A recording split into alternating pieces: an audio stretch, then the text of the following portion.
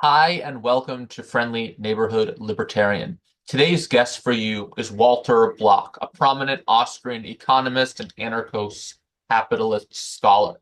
Walter Block has written more than 2 dozen books, the most famous of which is Defending the Undefendable, and published over 600 academic articles in scholarly, peer-reviewed journals. I'm proud to introduce him to my audience and talk with him about topics ranging from fractional reserve banking to Austrian methodological problems or not. And with that in mind, let's get started. The first few minutes of the audio were cut off, but where we started was talking about his transition into libertarianism. By the way, by the way, I went to high school with Bernie Sanders. We were on the track team together. I was sort of a buddy of his, and my views were roughly the same as his, because we're all, a bunch of commie types. And then Ayn Rand came to Brooklyn College to speak, and I came to listen to her and try to convert her to socialism, because socialism was the way to go, and capitalism was evil. And she gave her speech. And at the end of her speech, they announced that there was an Ayn Rand Study Club lunch in her honor. And anyone could come, even if you disagreed. And I was, I wanted to convert her to the one true faith of socialism. So I got to the room there, and it was a long, long table, maybe, I don't know, 150 feet long, and there were 50 people on each side. And she was sitting at the head of the table, and the only empty seats were at the other end. So I sat there and I turned to my neighbor and said, socialism, yay, capitalism, boo. And he said, well, I don't really know all that much about it, but the people who do are at the other end of the table. So I stuck my head between Ayn Rand and Nathaniel Brandon's, and Alan Greenspan was there, and Leonard Peikoff.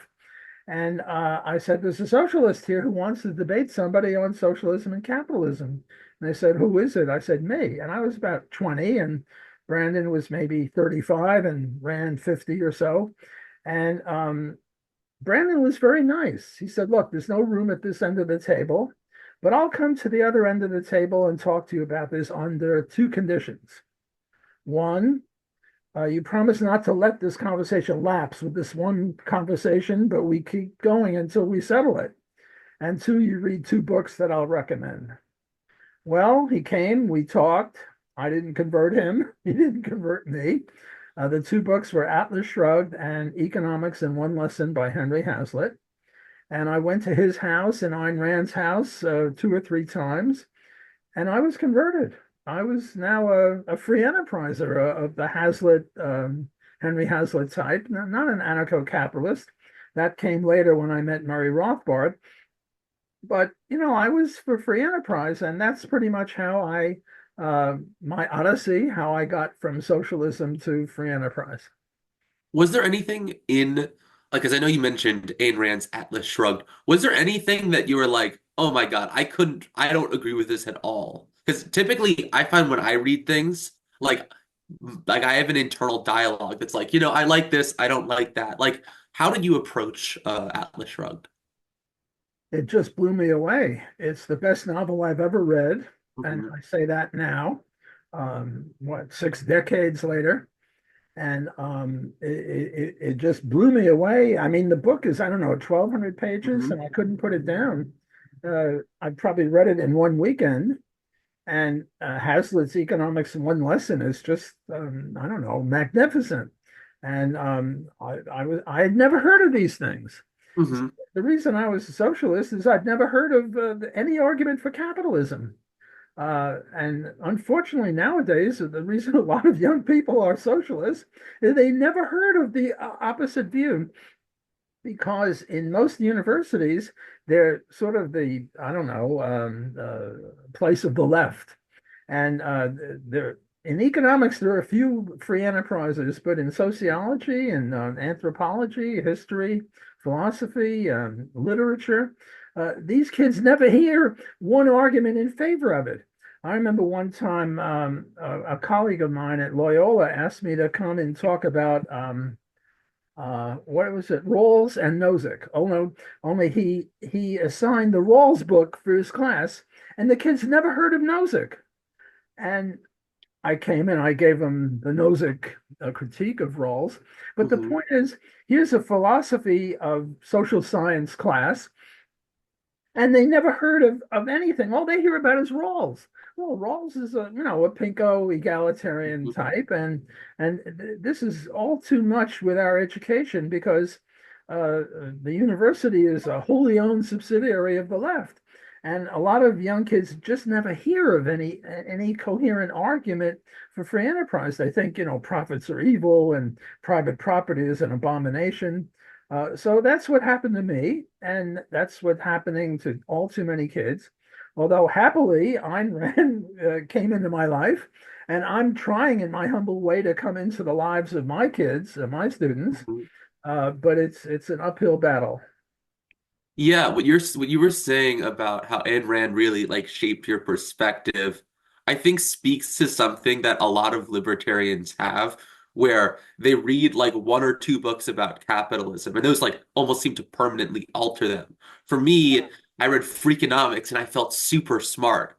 Um, and then uh and then I started reading a lot of Heinlein.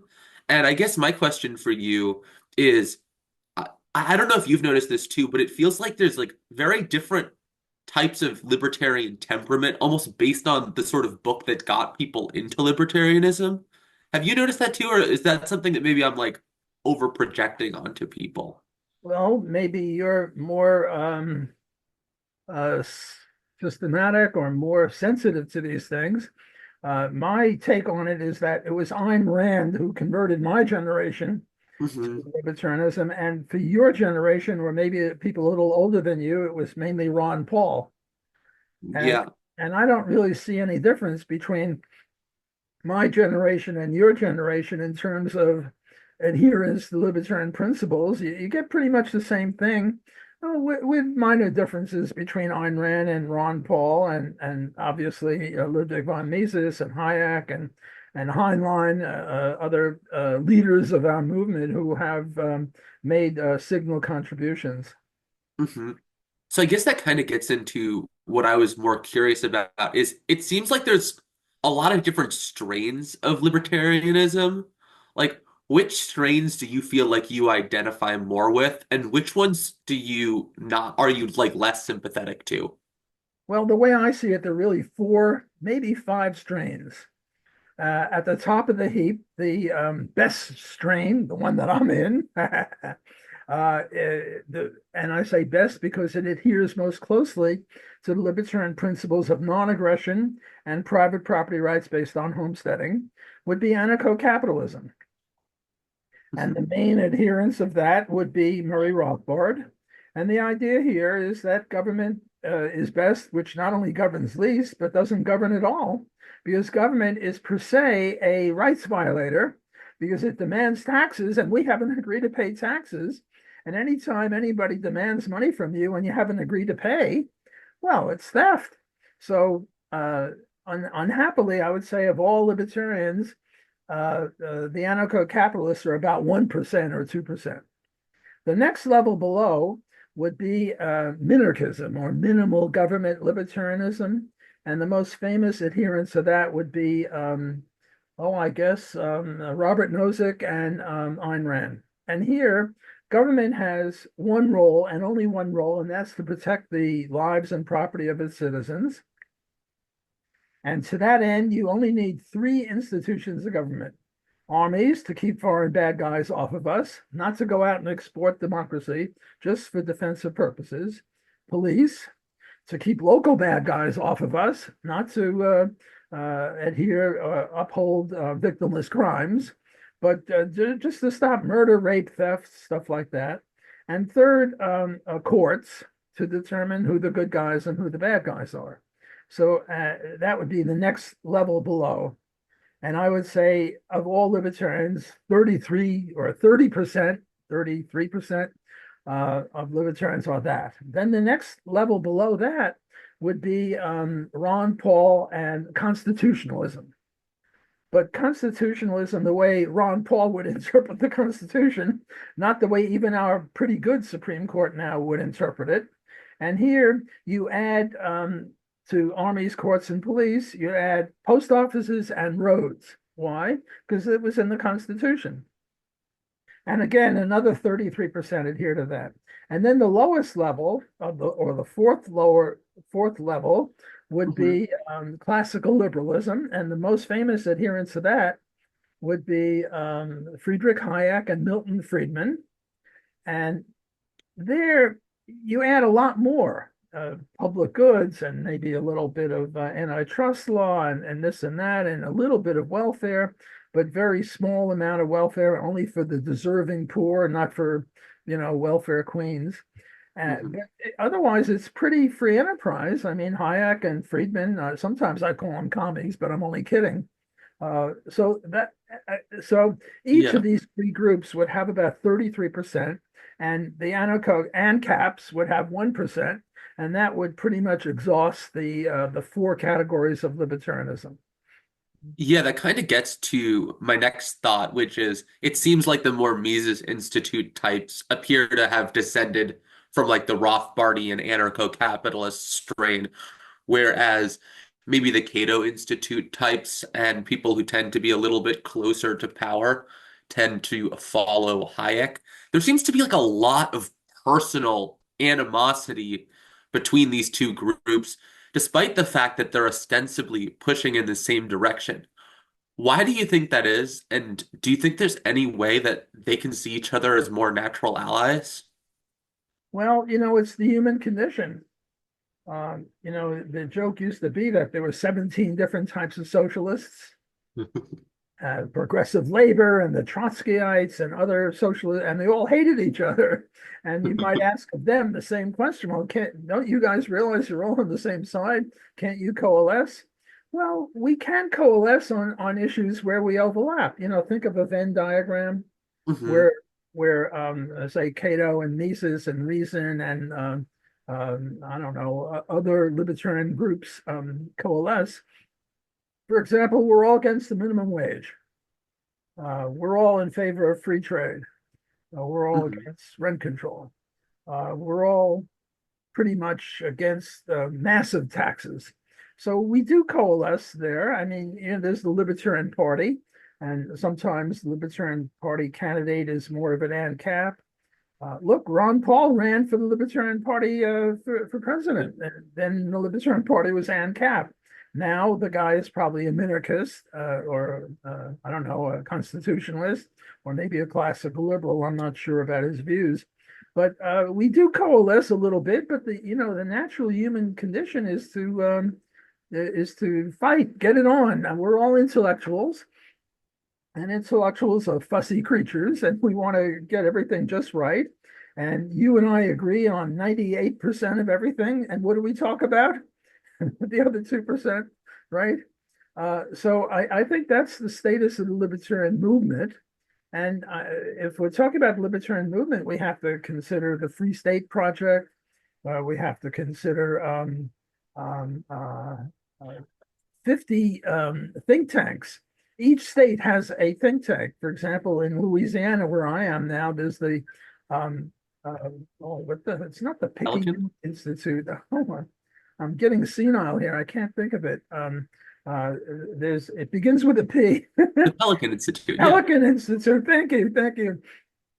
There's the Pelican Institute, and each state has a think tank. Some of them have more than one, and that's certainly part of the movement.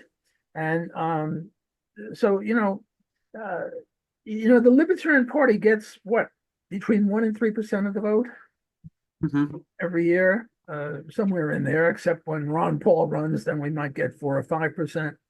But the question is, well, how many libertarians are there in the country? And when you take a survey of people, do you agree that we should have economic freedom and political personal freedom? Namely, well, not only should we legalize gold, but we should also legalize pot.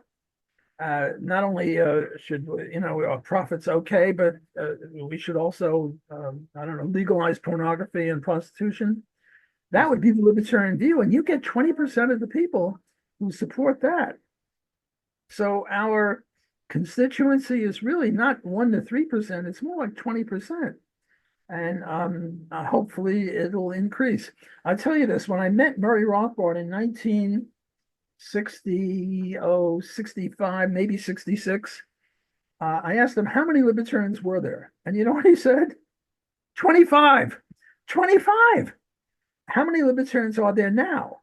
Well, I would say 25 million around the whole world. And my question to Murray was, how many libertarians are there in the world? So we've gone from 25 to 25 million between 1966 and now. That's a pretty nice increase percentage-wise. On the other hand, in 1966, there were how many people on the planet? 3 million. Now there are 8 million. So we went from 25 to 25 million. They went from 3 billion to 8 billion. They only doubled, but they increased 5 billion people, and we increased only 25 million people. So I'm not sure how much progress we're making. Percentage-wise, we're doing magnificently. Absolutely not as well. Yeah, it also begs the question of whether people defensively vote, as maybe you alluded to in your debate more recently, or also how questions are asked. I mean, to your point, you said that like when you ask people questions about profit and pot, people responded positively. When you ask questions about, for instance, like would you want Medicare for all versus socialized medicine, the results really shift depending on how you ask the question. So like while I would like to be optimistic that suddenly my natural constituency increases like 15%, I'm a little skeptical that there are that many libertarians to begin with. And I'm wondering what your thoughts are on that. Well, yeah, you make a good point. These people might not even consider themselves libertarianism. They may not have heard of the word libertarian. They might confuse it with librarianism or Yeah, exactly. Who doesn't like libraries? right. But if you, I mean, you see, the right sort of a little bit favors free enterprise and markets, but on personal liberties, they're horrible. Yeah, of course. Left is better on personal liberties, not as good as they should be, nor is the right as good as they should be on free enterprise. But the left is a little bit better on personal liberties, but they're horrible on economics. And Yeah. we are in favor of liberty on both, and they think we're logically inconsistent. Because somehow, if you favor economic freedom, you have to oppose personal freedom. And if you favor personal freedom, you have to oppose economic freedom. Yeah. It's just crazy. Okay, so moving a little bit further into some of the schisms in libertarianism, I know that you are a major proponent of Austrian economics, and I saw some of your lectures on it. I thought they were pretty interesting. So, Thank what are some of the reasons that Austrian economics are more compelling than neoclassical as like a set of assumptions or foundations? Well, I think that, again, there's this Venn diagram between mainstream economics and Austrian economics, and Milton Friedman, say, versus Mises or Rothbard. Hmm. Again, there is an overlap. Our analysis of minimum wage and rent control and free trade is pretty much the same, and certainly the conclusions are the same. Let me tell you a little bit about my experience with Gary Becker. Gary Becker, Nobel Prize winner in economics, mainstream economist. He was my dissertation advisor on my dissertation on rent control. And I was doing a little bit of an econometric analysis of rent control. And my equations were such that I was trying to demonstrate that the more rent control a city had, the worse the housing would be, holding everything else constant that could impact housing, such as, I don't know, wealth or weather or, I don't know, Yeah. education, Hmm. anything. And most of the time, I got the right uh, correlation, namely more rent control, worse housing, holding everything else constant. And usually it was statistically significant. But every once in a while, I'd get the wrong sign. And sometimes, God help me, it was statistically significant. Namely, my econometrics was saying the more rent control, the better the housing. And Mhm. Gary Becker was too polite to say, "Block, you moron, go out and, you're a moron." He was very polite, but he did say, "Block, go out again and do it until you get it right." So what was testing what? Was my crappy econometrics testing what we know about rent control? Or was what we know about rent control testing my econometrics? And So like I'm sorry, go ahead. I'm sorry, I was gonna say, so are you getting at the fact that neoclassical is largely just naive empiricism then? That's it. Precisely. I'm glad you saw that point. It's naive empiricism. Uh, Now, look, most of the time, most of the econometrics everybody's ever done come out right. Every once in a while, it comes out wrong. It's the same with the minimum wage law. We know that the minimum wage law creates unemployment for unskilled workers. And 95% of all the statistical, econometric, empirical stuff shows this. Every once in a while, the data is no good and it just doesn't come out right.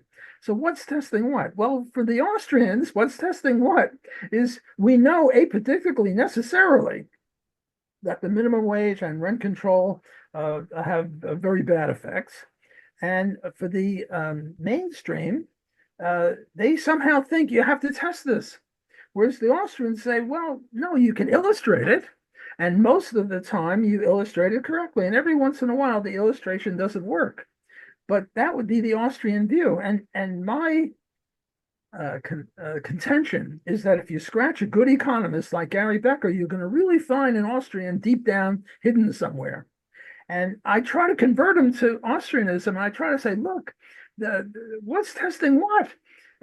We know from the supply and demand analysis that the rent control, creates the housing shortages.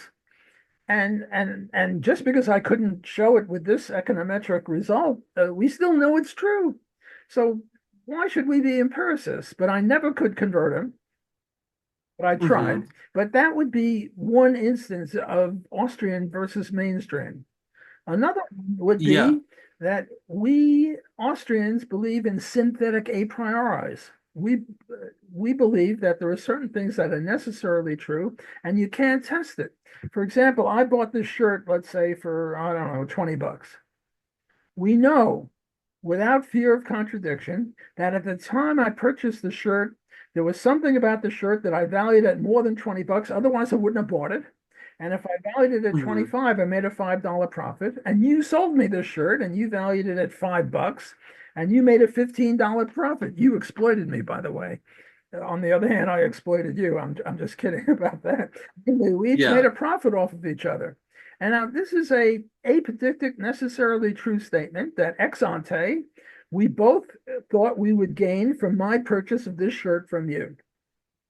Whereas for Hmm. the mainstream, this isn't true. There was some guy from George Mason. I forget his name. I'm getting senile. I can't think of people's names sometimes. Maybe you can help me again. He wrote an article saying why I'm not an Austrian economist. Ryan Kaplan. That's what I was gonna bring up next. Yeah. Thanks. I need all the help I can get giving these interviews. I had a conversation with Brian Kaplan, and I gave him this shirt example, and he just rejected it. And he went on, and I couldn't understand what he was talking about. But to me, it's so clear that yes, I bought the shirt. Now maybe I didn't really like the shirt, but I wanted to become friends with you. And I figured the way to become friends with you is to buy the shirt. So we don't know why I bought the shirt. All we know is there's something about the shirt that I valued at more than $20. And ex ante, that's why I bought it. And the mainstream economists like Brian Kaplan, who is a great libertarian, by the way, but a little bit weak on economics as far as I can see, he just rejects this. I guess like I'm thinking about what you're saying, and maybe I'm more in the Gary Becker camp in the sense that I think that like first principle thinking, while appealing from like the perspective of I have a great understanding of this, may struggle to be predictive in certain cases. And like telling the magnitude of something happening, which I see as like an important contribution to neoclassical. Why why do you think that this wouldn't be like, do you think that neoclassical would have any elements that maybe Austrian economics is missing? Or Say is that it again. like, Do I think? yeah, Just say like that again. you clearly posited some reasons why Austrian is better than mainstream or neoclassical economics. Something that I'm kind of curious is, do you think that there's anything that classic economics or neoclassical economics has that maybe Austrians should be adopting, or is it like kind of just poor micro foundations all the way down? Well, I think that there's room for both, which Hmm. reminds me of another story. And this time I do remember the name of the guy. His name was Sherwin Rosen. Hmm. Sherwin Rosen was an economist, recently deceased, for the University of Chicago, which means he was, a top-rated economist.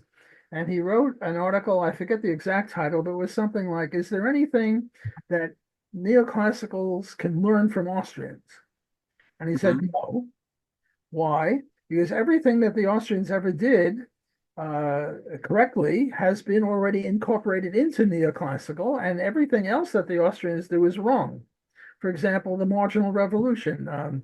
Jevons, Walras, and Menger all independently discovered the marginal revolution, the solution for the diamonds water paradox. Yeah. And they incorporated that, and they accepted what Menger had to say. Menger being the father of Austrian economics. Hmm. And what was his proof? His proof was, well, there are more mainstream economists nowadays than there are Austrians, and therefore the mainstream is right. And my co-authors and I wrote a reductio ad absurdum of this article, and we said, look, you can't have a nose count and determine truth, and because at one time everyone thought the Earth was flat. That doesn't mean the Earth is ever flat. And what we said is we had a reductio. We said, look, you can't tell truth based on a democratic vote. However, here's another way, equally fallacious way of telling truth, namely, whenever there's a debate between an Austrian and a mainstream, whoever publishes last is right. Now, that's also equally silly because, somebody could have died in the middle of the debate, or somebody could have got out of the debate and said it's not worthwhile pursuing anymore because my opponent is a moron. Hmm. So what we did is we got 150 debates where Austrians and mainstream debated. And guess what? We published last about 100 times and they only about 50. So I concluded, my co-authors and I concluded, therefore Austrianism is correct.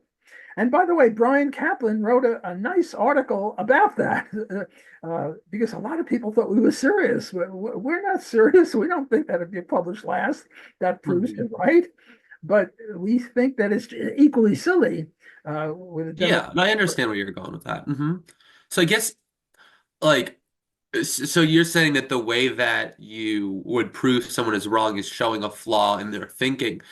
But like to me, I guess the question is, well, if there are like empirical questions that would either illustrate or not illustrate this like set of axioms that you have in place, like if empirical evidence starts to like on what grounds would you be able to correct maybe an incorrect axiom to begin with within Austrian economics, like from a correcting self-correcting perspective?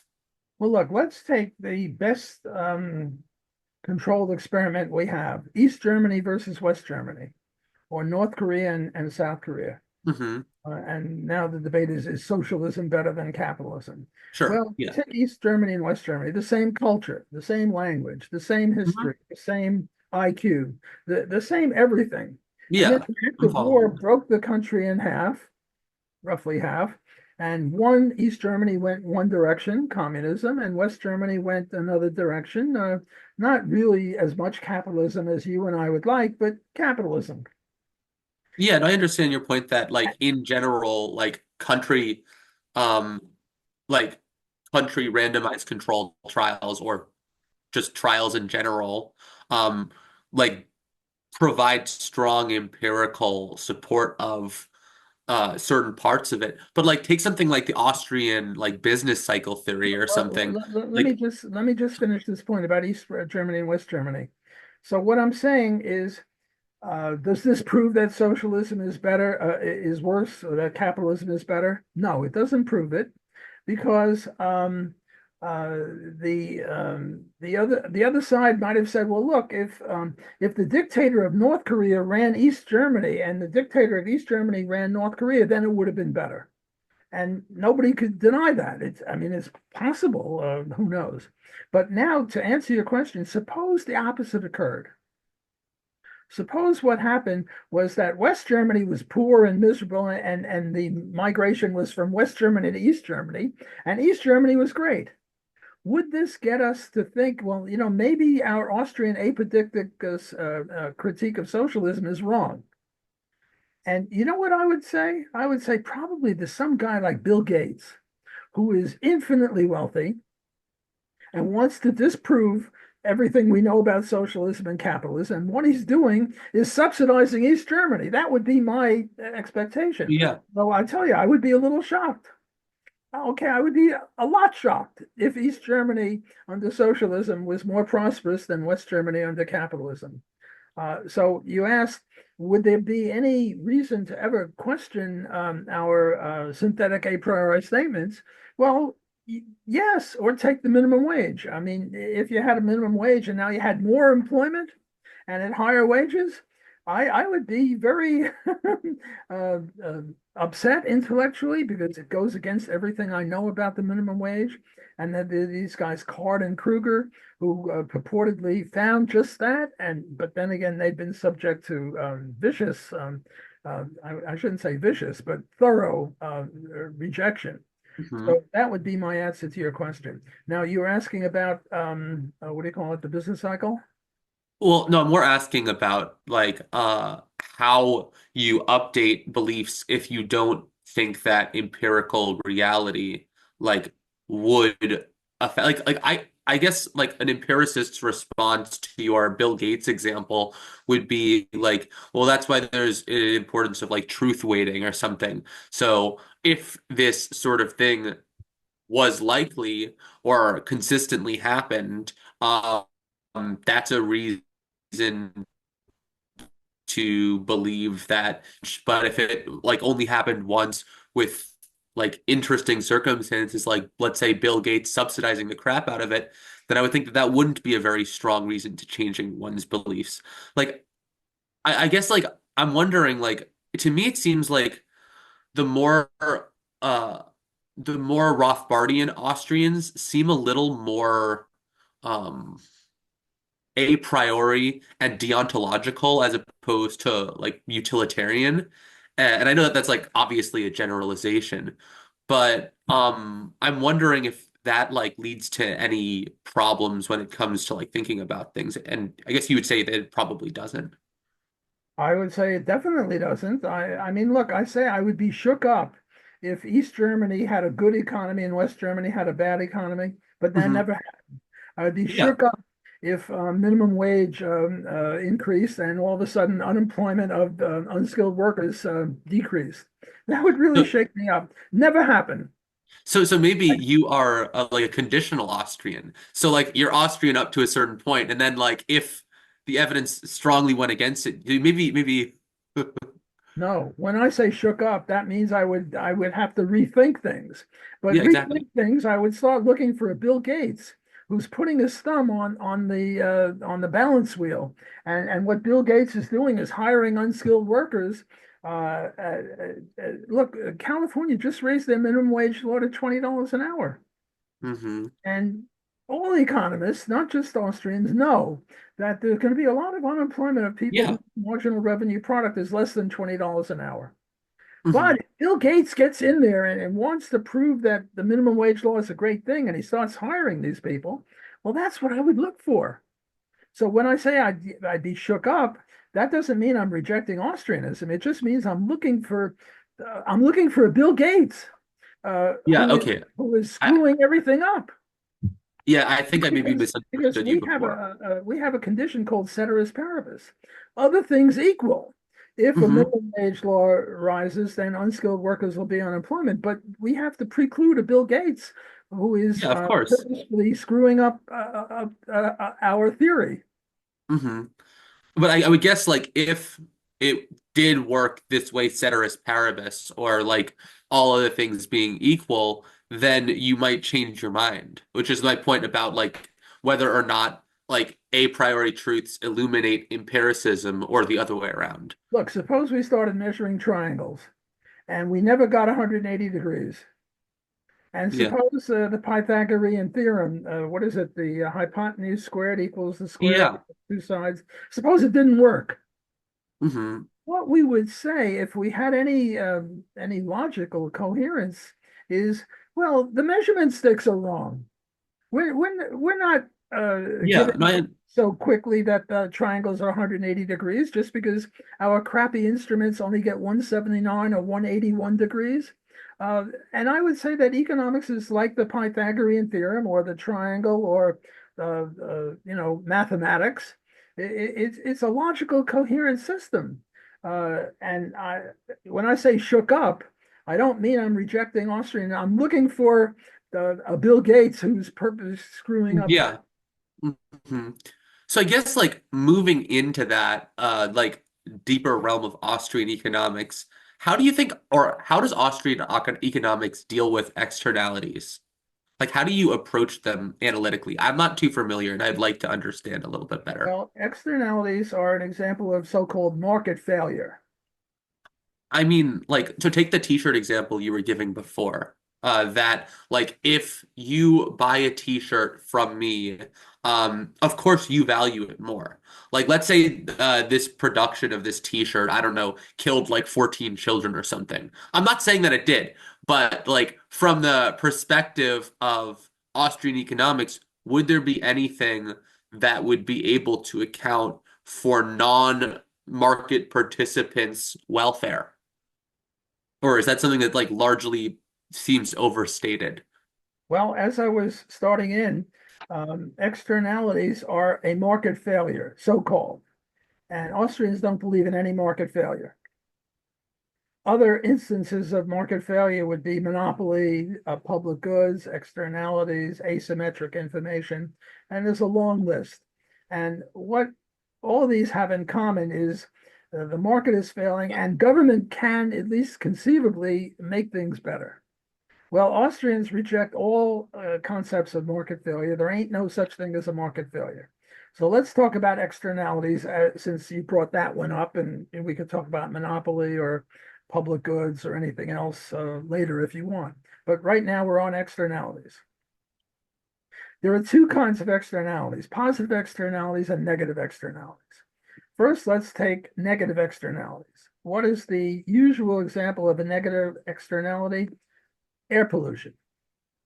We make these shirts and we spew forth into the atmosphere dust particles, and they kill 14 children or they kill half the population or whatever it is. And therefore, government has to step in and stop this air pollution. And Murray Rothbard wrote a brilliant essay. It was a 1982 essay. I don't remember the exact title, but something about the economics of air pollution. And what Murray said is, look, this is not an externality. This is trespass. Look, if I take my garbage, my eggshells, my orange peels, my coffee grounds, and I dump it on your front lawn, we're neighbors, we know what to call this, trespass. And if you're a nice neighbor, you're not going to call the cops. You're going to come to my wife and you're going to say, Walter, don't crap on my lawn. What's going on? And hopefully she would get me to stop or put me in a mental institution. That's if you were nice. If you weren't nice, you'd call the cops and you would say, Walter is trespassing on my front lawn. Look what he did. I've got a film of him dumping this stuff. Now, would it make any difference if instead of dumping macro garbage, eggshells, orange peels, coffee grounds, stuff, or micro pollution? Namely, I first burnt all this stuff, and then I sent the exact same stuff over to your lawn in the form of little teeny tiny dust particles. Would it make any difference? No, it's the same thing. It's trespass. And what Murray said is this is not a market failure any more than rape or murder is a market failure. It's just a violation of rights. And the government, or well, Murray might not have said the government, but he would have said the defense agency or somebody, the people in charge of law and order, should stop me from doing that. So that would be the Austrian analysis of negative externalities. There ain't no So such thing. It's so just how trespass.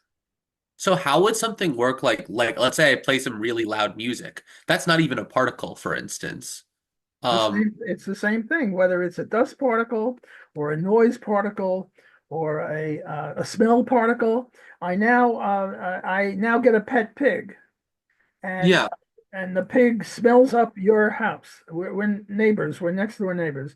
So it's the same idea, whether it's noise or dust or smell or Mhm. even a light. What I do is I get, not a flashlight, but a super duper flashlight. David Friedman usually uses this example. And what I do is I take this flashlight and I put it on your house. And it doesn't quite burn your house yet, but it heats up your house. It's a very powerful flashlight. These are all cases of where the solution is homesteading. Who was there first? Look, Yeah. let's take Pittsburgh. Pittsburgh, the first people in Pittsburgh were steel mills.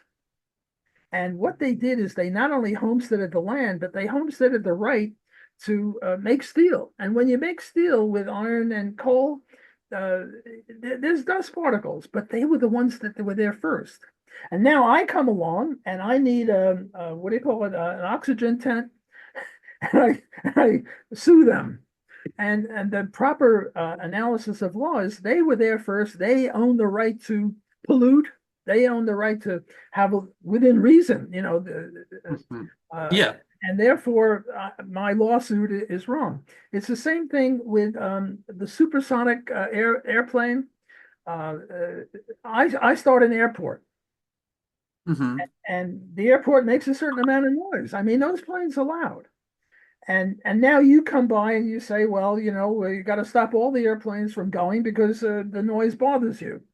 And what I say is, look, I only use my airplanes from 8 in the morning until 8 at night, and I'm not going to use it at 3 in the morning, and because I didn't homestead it at 3 in the morning. So we make a deal in that way. And then there was this super duper plane that was way noisier, and the court properly said, well, you didn't homestead that level of decibels. So Hmm. the idea here, the solution to all these problems is who was there first, who homesteaded what. I had a pig farm here, and now you move in and start complaining about the smell of my pigs. Tough on you. Yeah, but I guess that like brings up an interesting question about how free private property even creates things. And like a good example that I took in like Professor Langlois' class was, let's say I am a heretic, right? So like I'm surrounded by Satanists and I'm a Christian. And just the idea that I'd be going around slaughtering goats even on my property, it creates a sort of moral trespass where there's a lot of fractured discontinuity. Um, like on what grounds would there, because you previously defended a lot of quote unquote undefendable things.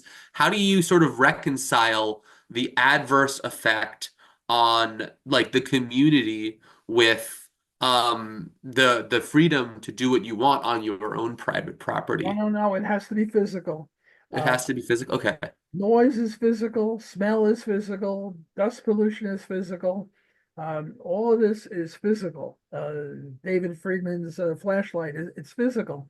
Now, I have an idea that the Hmm. earth is round and your religion says it's flat. So I reject the idea of, what did you call it, moral trespass or something like that? Yeah, moral trust or moralisms. Yeah. I reject that. That is not a violation of rights. It has to be physical. And all of these other things were physical. Whereas I have the view that, I don't know, 2 plus 2 is 5. And this really annoys you. And I put a little sign on my lawn, 2 plus 2 is 5. That's not a rights violation. It has to Hmm. be physical. So yeah, so getting on that, like when I'm like listening to a podcast and my neighbor can overhear me, like to me there seems to be some mechanism by which trespass is like seen as too much. Like because like the idea that like if I go outside, like let's say I'm particularly ugly, like I'm going to affect my neighbors, right? Uh like I guess I'm struggling to reconcile how you can have a hard and fast idea of trespass as opposed to some sort of continuum. I don't see a continu well, there are always continuums out there, and there's no solution to the continuum problem. We know that if you go to bed with a 5-year-old girl, you're a Hmm. statutory rapist. We don't care if she agrees. We don't think she's capable Yeah. of such agreement. You go to bed with a 25-year-old woman and she agrees, whatever you are, you're not a statutory rapist. Hmm. Where do you draw the line? Is it 17, 16, 18, somewhere in there? But you can't deduce, say, 17 years and 6 months from libertarian principles. Hmm. And what city are you in now? I live in Connecticut. So Okay, like, and I'm in New Orleans, and I'm now going to punch you. mhm. Are Yeah. you entitled to shoot me in self-defense? No, I No. get your point. Your point's well received. Hmm. But if I get closer to Connecticut and it's dark and you can't see, well, then you could shoot me. But where do you draw the line? Well, libertarianism doesn't have any answer to the continuum problem. Neither does any other philosophy. Uh, but I don't really see much of a continuum here. I mean, either the thing is physical or it's not physical. And if you don't like the fact that I believe that 2 + 2 is 5, too bad on you. And I'm not violating your rights by espousing that. Hmm. Unless you talk too loudly. Well, then it's physical. I'm just Decibels, joking around with you. it's Um, decibels are physical.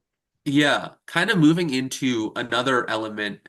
Um, I know that we talk you gave a talk on why fractional reserve banking is inherently fraud. And I don't know, that seems strongly against your libertarian priors. And I would like you to maybe expand on that a little bit. Well, right now, how many bicycles are there in Connecticut? I don't know, Let's say 1,000, like for just for the sake of discussion. 10,000 bicycles. There are Mhm. 10,000 bicycles in Connecticut. How many titles to bicycles in Connecticut are there? 10,000. Exactly 10,000. Not 999 and not 10,001, but 10,000.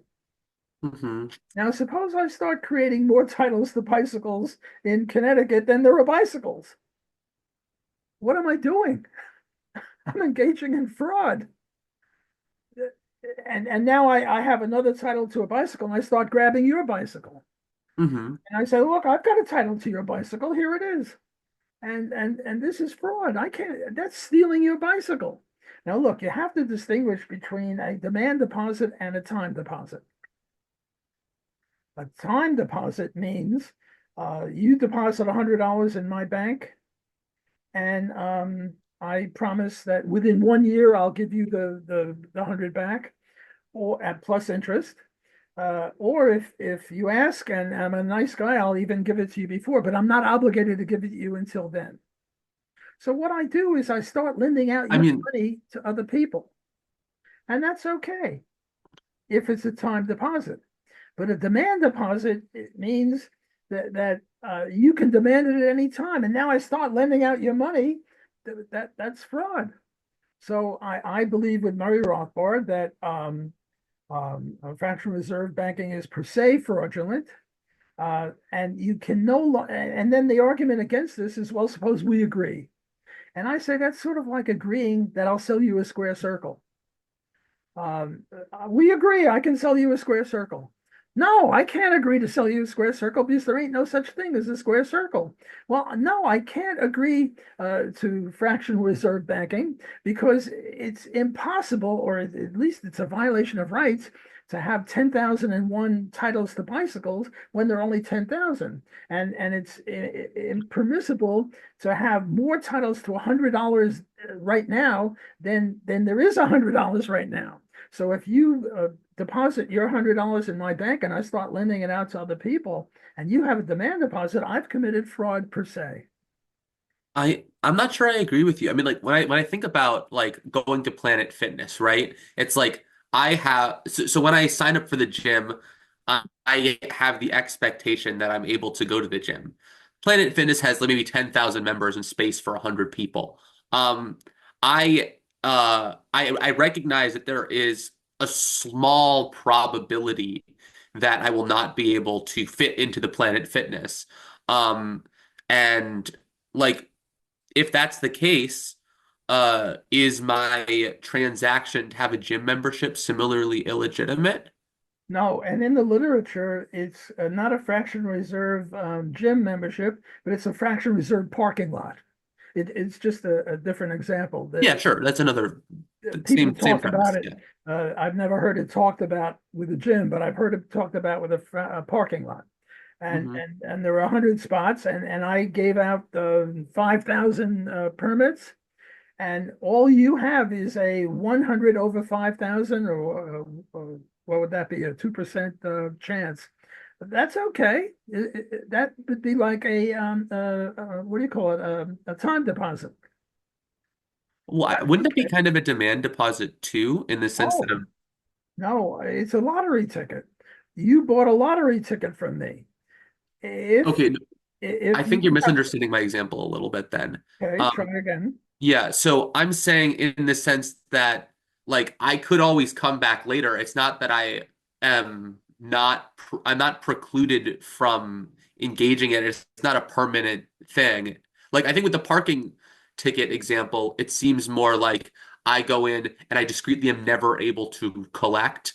But th I think that's like the big distinction that like there's always the chance that I'm not able to cash in on the thing. Not that if I not that I'm engaging in a lottery necessarily. But even if I was engaging with a lottery, like are lotteries with interesting odds inherently wrong? Wouldn't fractional reserve banking be justified on a similar sort of grounds of like lotteries being okay? Well, I would disagree because I think that in the case of a demand deposit, it's not a lottery. In the case of demand deposit, I owe you that $100 whenever you want it. Whereas if you have a fraction reserve ticket or a lottery ticket for the gym or the parking lot, you don't have a demand deposit. But like, You let's say I have like a 99% chance of being able to access this lottery ticket at this specific time.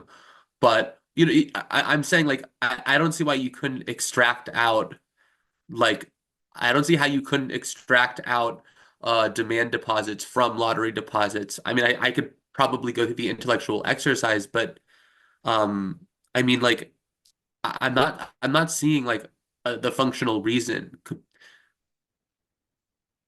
Well, all I can say is that when you have a demand deposit, look, the demand deposit doesn't mean that you can demand it at any time. My bank is only open from 9 to 5, Hmm. Monday through Friday. And if you want money at 5:30 on Tuesday or on a Saturday, you're out of luck. So even a demand deposit isn't a guarantee that you get the money whenever you want. It's rather a guarantee you'll get the money whenever my bank is open. Hmm. So it's fractional-ish in that sense. The deal when I gave you the demand deposit for $100 was you can't get it 24/7, only when my bank is open. On the other hand, with the fraction reserve parking lot or the fraction reserve gym membership, they're supposed to be open 24/7. And you know that if you go to the gym at 3 in the morning, you have a pretty good shot at getting in there. But if you go to the gym at 5 o'clock in the afternoon, Yeah. the odds are lower. So I think there's all the world of difference between a guarantee and a fraction reserve. Look, they could do the thing with the gym. They could sell two kinds of memberships. No, they really couldn't. They really couldn't. I was going to say they could sell a demand deposit and that you'd all be guaranteed to get a spot because the fractional reserve people might be hogging up all the spots, Mhm. or whether the spots at the gym or the spots at the parking lot. So that's wrong. You can't do both. But I see a gigantic difference between a guarantee and a lottery ticket. A lottery ticket means that you have a shot at it, but there's no guarantee. And if you don't get it at 5 o'clock, come back at 8 o'clock, or come back at 11 at night, and you'll have a better shot at the gym. But whereas at the demand deposit, I'm not supposed to be giving out your money to other people because I'm supposed to be holding it for you. Let's try again. Uh, um, you don't deposit $100 in my bank. What you do is you deposit your car in my garage. Hmm. And you know what I do? I start lending out your car to other people.